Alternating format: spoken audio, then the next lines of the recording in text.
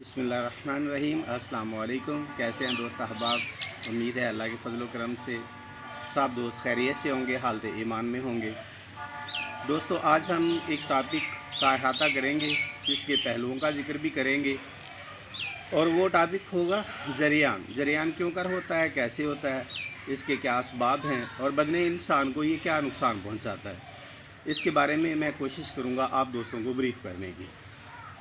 तो सबसे पहले ये है कि हमारी जो स्पाइसी डाइट्स हैं, जब तक ठंडी डाइट्स थी, जैसे कि सुबह दूध पीना, लस्सी पीना या फिर दही का धेड़ का पीना, तो बदन जो है वो ठंडे होते थे और जिस्मों में कुव्वत होती थी, तो जरियान का नामो निशान नहीं था। लोग कसरत करते थे, एक्सरसाइजेस करते थे, तेल की मालिश करके फ़न पहलवानी से मुंसलिक थे।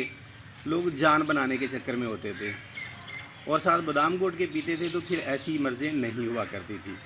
तो आज जो है वो हमारी मम्मी डैडी खुराकें हैं जो कि सारी की सारी स्पाइसी हैं, और सारी की सारी जितनी खुराक है वो सारी तकरीबन मतलब है कि मिर्ची और इस तरह के नमक और मसाला जात जिसमें खटास का ज़्यादा अमल दखल है, इसमें मुश्तमिल होती है, जिसकी वजह से बदने इंसान की जो रतूबात हैं वो पतली होकर बहना शुरू हो जाती हैं।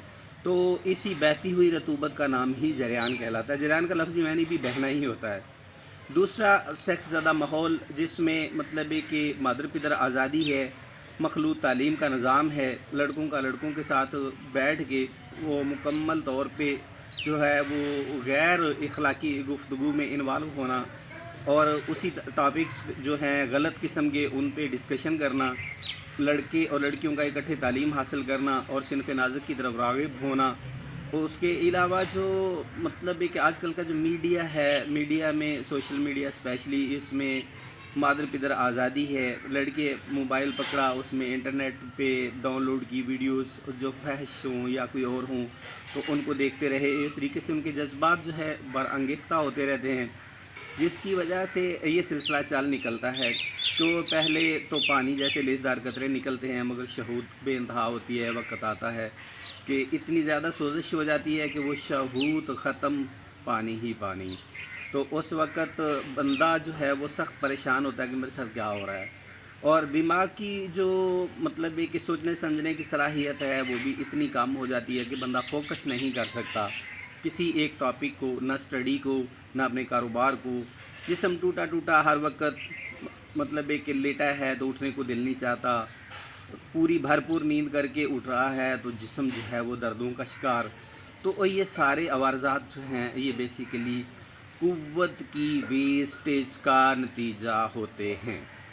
उसके अलावा जो लड़कों का मतलब है कि पहले अब गैर फितरी फेल और अपने हाथ से अपने वीरज को, मादा मनविया को ज़ाया करना, ये भी इसका अहम सबब है। तो अगर इन सबब जो हैं इनको पे नज़र अमीक गहराई से स्टडी की जाए तो ये समझ आती है कि एक नौजवान अपनी जवानी तक, बलूगत तक, समझने सोचने की उम्र तक अपने आप को अगर संभाल के रखता है तो अपनी पूरी लाइफ में उसको कोई मसला नहीं होता, क्योंकि उसकी लाइफ जो है वो बाद में मुकम्मल तौर पे ट्रू लेटर एंड स्पिरिट गुज़रती है, फिर उसको कोई मसाइल नहीं होते। ना तो जिस्मानी अवारज़ात आते हैं, ना नफ्सियाती अवारज़ात आते हैं, ना नफसानी ही अवारज़ात आते हैं।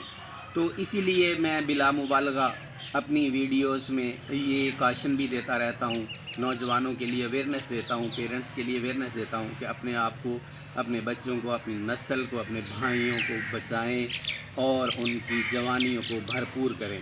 अगर भरपूर जवानियाँ होंगी तो मुआशरा सेहतमंद होगा। आइए अब हम इसकी जो मुआलजात हैं, ट्रीटमेंट है, उसकी तरफ चलते हैं। तो आप एक सादा सी चीज़, कौंच होता है, कौंच, वो आप एक पाव ले आएँ, ला के 2 किलो दूध में उसको डाल के खूब पकाएं कि वो फूल जाए। जब वो फूल जाए तो आप उसके छिलके उतार के अलग करके जो उसके अंदर मोटी मोटी गिरियाँ होंगी, उन गिरियों को आप अलग से जो है वो डंडे कुंडे में घोट लें। उसके बाद आप 5 किलो दूध में उनको इतना पकाएं कि वो मानदे खोया हो जाएं। और एक बात जो काबिल गौर है, समझने की है, जब हम ऐसी चीज़ बनाते हैं तो उस वक्त हमेशा लकड़ी के चम्मच से उसको हिलाते रहते हैं ताकि अज्जाए मुअस्सरा नीचे बैठकर जल न जाए।